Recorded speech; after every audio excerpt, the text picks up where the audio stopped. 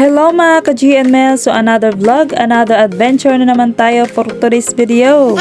So samahan niyo po kami sa aming paglagwa-lagwa, pagsuri-suroy o paglaag-laag dito sa Dinagat Island. So at this moment kinakabahan ako dito sa area na to kasi umaalon na.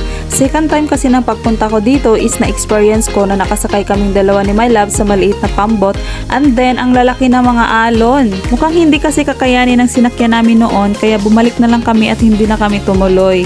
Buti na lang talaga na malaking pambot yung sinakyan namin ngayon at hindi gaano kalakihan yung mga alon. Bukod doon ay sinuwerte pa dahil maganda yung panahon. In the third times, finally, natawid din namin tong resort na to na tinatawag nila na Jill Mars. Dati sa FB ko lang to nakikita, ngayon andito na talaga ako. At ayan, inayos mo na ni my loves yung pump boat, kumbaga dito niya banda itatali para hindi ito matangay ng iba. Ay, istidagat pala.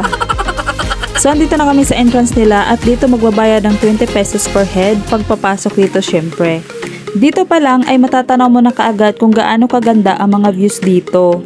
Just a reminder lang po, wala po pala ditong signal. But don't worry, meron naman sila ditong piso wifi para maka-update ka sa iyong Instagram, Facebook, TikTok at iba pa. 5 pesos lang naman per hour.